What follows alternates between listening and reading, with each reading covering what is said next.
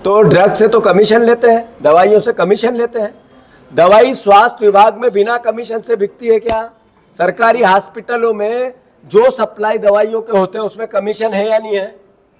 एक रीवा का है, सिंधी समाज का साथी, में समाज को नहीं दोषी, मेरे को नाम याद नहीं है उनका, जो स्वास्थ्य मंत्री का करीबी है, वो पूरे मध्य प्रदेश की इस तरह की दवाइयां स्वास्थ्य सेवाओं में सप्लाई में उसका हाथ होता है और उसी के कारण ये भयावता हर जगह जिले जिले देखने को मिलती है। और गरीब मरता है, उसमें जाता कौन है? सरकारी हॉस्पिटल में जिसके पास पैसे नहीं होते हैं, जो गरीब होता है। और मध्य प्रदेश के हालात ऐसे हो गए कि 80 करोड़ लोगों को देश में आप राशन देते हो तो एक बहुत बड़ा 2-3 करोड़ लोगों का हिस्सा यहाँ भी आता है मध्य प्रदेश में। तो ये 3 करोड़ अभिभावकों के बच्चों को मौत के काल के गाल में आप लोगों ने एक तरह से प्रेषित कर दिया सरकार ने। सरकार की फिर से सद्बुद्धि आए, ईश्वर उनको बुद्धि दे और आगे ऐसी घटना नहीं हो, इसके लिए प्रिपरेशन हो। और मुख्यमंत्री जी आ रहे हैं, आशा है कि हमारी बात उनके तक जाएगी और सही निर्णय लेंगे। कोई भी मौत के बाद पोस्टमार्टम होता है, लेकिन कल एक हमने देखा कि एक डेड बॉडी को बाहर निकाल के बाद में पोस्टमार्टम के लिए भेजा गया, तो ये टोटल फेल्योर आपको नजर आ रहा है सिस्टम का? जो ऐसी मौत जिससे संदिग्धता है, जिससे परेशानियां है, डॉक्टर ने, जिला प्रशासन ने और स्वास्थ्य विभाग ने ऐसी क्यों व्यवस्था नहीं बनाई कि आखिर पता लगाएं कि बच्चे की मौत कैसे हुई? ये लापरवाही गैर इरादतन हत्या का केस बनता है। मेरा निवेदन है, ऐसे जितने भी हुआ उन पे सब पे गैर इरादतन हत्या का केस दर्ज होना चाहिए। दूसरी बात, जो पोस्टमार्टम कल वापस बॉडी निकाल के की गई, उसकी सार्वजनिक पुष्टि होनी चाहिए कि आखिर हुआ क्या था, आखिर क्यों गलती हुई। एक मैंने कोई टीवी पे इंटरव्यू देखा है एक अधिकारी का, वो एसडीएम का, वो कह रहा है कि आपने पोस्टमार्टम नहीं कराया, तो वो कहता है ये हमारी जिम्मेवारी नहीं है। अरे सरकारी विभाग में ड्रग्स कंट्रोलर या उस सेवाओं को देखने वाले अधिकारी की जिम्मेवारी नहीं है? ये क्या सरकार है, सर्कस? समझने की बात है। भैया सारे पेरेंट्स यही बैठे हैं, इन लोगों से माइक पर ही पूछे, क्या इन लोगों को से पूछा गया था कि पोस्टमार्टम करवाना है या नहीं? क्योंकि सरकार कह रही है कि परिजनों की अनुमति नहीं थी पोस्टमार्टम करवाने। ये भैया आपके बच्चे का पोस्टमार्टम नहीं हुआ, आपसे पूछा गया था करवाना है कि नहीं? नहीं पूछा गया। और आपके बच्चे का पूछा गया था? आपके बच्चे का पूछा गया था? आप खड़े होकर बताओ, आपके बच्चे का पूछा था डॉक्टर ने पोस्टमार्टम कराना है? नहीं पूछा गया। अच्छा, और कौन बच्चा था आपके बच्चे का पूछा गया था पोस्टमार्टम नहीं कराना? नहीं पूछा गया। ये है स्थिति, यह भौतिक सत्यापन है। इसीलिए मैंने एक जगह एकत्रित किया, इसीलिए आप लोगों को एक जगह आमंत्रित किया कि कोई बात ऐसी नहीं हो जो जनता से छुपे या सरकार से छुपे या मीडिया से छुपे। तो मेरा आप सबसे आग्रह, हम अपनी बात कह चुके हैं, मुख्यमंत्री को इसी वक्त स्वास्थ्य मंत्री को बर्खास्त करना चाहिए, पीएस स्वास्थ्य को हटाना चाहिए। ड्रग्स का जो जिसके पास कंट्रोल होता है एमडी, उसको इसी वक्त बर्खास्त करना चाहिए। जो संबंधित यहाँ के लोग हैं जिनने ये माहौल बनाया कि हमने इसलिए पोस्टमार्टम नहीं किया कि परिवारजनों ने हमें रोका था, उनको भी सबको सजा मिलनी चाहिए। ये 1-1 करोड़ रुपया एक परिवार को, एक परिजन को मिलना चाहिए।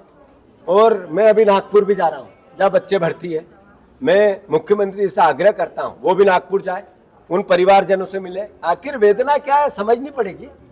ये सरकार हमारी है, मुख्यमंत्री हमारे हैं, राजनीति का मुद्दा ही नहीं है। ये हमारे मध्य प्रदेश के मूल जो चरमरा गई व्यवस्था, उसको सुधारने का मुद्दा है। सत्ता आएगी जाएगी, पद आएंगे जाएंगे, कोई बनेगा कोई नहीं बनेगा, कोई जीतेगा कोई हारेगा, ये क्या लोगों की जान पे नहीं हो सकती ये बात? तो मैं फिर से आग्रह करता हूँ सीएम साहब से कि आप आ रहे हैं साधुवाद, पर ठोस निर्णय लेके जाना और ठोस कदम भी लेना। लगना चाहिए कि मुख्यमंत्री की रीढ़ की हड्डी है। कई ऐसे बच्चे जिनका नाम नहीं है, वो भैया हाँ मैंने बताया, ये कई रिकॉर्ड में आए हैं। ऐसे कई बच्चे, सैकड़ों की भी तादाद हो सकती है 3-4 साल का अगर रिकॉर्ड निकालेंगे, क्योंकि ये दवाई आज से तो चल नहीं रही थी, ये तो कई सालों से चल रही थी। तो कई बच्चे ऐसे जो रिकॉर्ड में नहीं आए, उनकी हत्या हुई होगी, ये शंका है, इसकी जांच होनी चाहिए। नागपुर में जो बच्चे एडमिट है, उनके परिजनों का बयान आया है सामने, उनसे बातचीत हुई है, तो उनका कहना है कि हमें पैसे से ज्यादा कीमती हमारे बच्चे का 100% व्यवस्थित इलाज हो जाए। कौन लोगों का कहना इलाज नहीं हो पा रहा, कहीं और शिफ्ट करें। कौन माता पिता ऐसा है जो पैसे के कारण अपने बच्चे की मौत देखेगा, अपने आप को बेच देगा, फिर भी बच्चे की जान बचाएगा? कोई इंसान एक मिनट, सरकार हमारी अभिभावक है। मोहन यादव जी को देखना चाहिए कि वही मैंने बात कही है कि नागपुर में जो भर्ती है लोग, उनके स्वास्थ्य, अब वो बच्चे हैं, उनके साथ कुछ हताहत नहीं हो, ये सरकार ध्यान दे। मैं खुद भी जा रहा हूँ। एक हमारे विधायक जी ने पत्र भी लिखा है कि एयर एम्बुलेंस से सबसे बेस्ट जगह सरकार उनको भेजे, ये पत्र लिखा है। एक पत्र पहली मौत हुई थी जब भी हमारे विधायक ने लेटर लिखा था। बैतूल के भी 2 बच्चे इस तरीके से जो आज अखबारों में बने हुए हैं। आप क्या कहना चाहते थे? सर, जब हमारे बच्चे की तबीयत खराब हुई थी तो सर सिर्फ सर ने ही ऑब्जेक्शन उठाया था, इसके अलावा किसी ने नहीं उठाया था। सर हम लोग इतना परेशान हुए हैं नागपुर में सर कि हम लोग को एक बिल के लिए एकदम परेशाान किया जाता था। नंसल हॉस्पिटल में पैसे जमा करो, हम इलाज नहीं करेंगे नहीं तो। हमने सर जो योगिता ठाकुर की कल परसों मृत्यु हुई है जिसका पोस्टमार्टम, वो लड़की भी वहीं भर्ती थी जहाँ मेरी बेटी थी। अच्छा। और एक कुणाल लड़का है वो भी वहाँ भर्ती था। हाँ, आपका तो अभी भर्ती है बच्चा, वो भी भर्ती था। क्या है आपकी घटना बताओ, जरा खड़े होके बताओ मीडिया के सामने। पहले नेल्सन हॉस्पिटल में भर्ती था सर। हाँ, नेल्सन वो भी हमारे ही साथ में 15 दिन तक रखी थी। 15 दिन तक नेल्सन हॉस्पिटल में भर्ती रखे सर। उसके बाद में पैसे की कमी आने के कारण हम लोगों ने फिर एम्स लेके जाओ।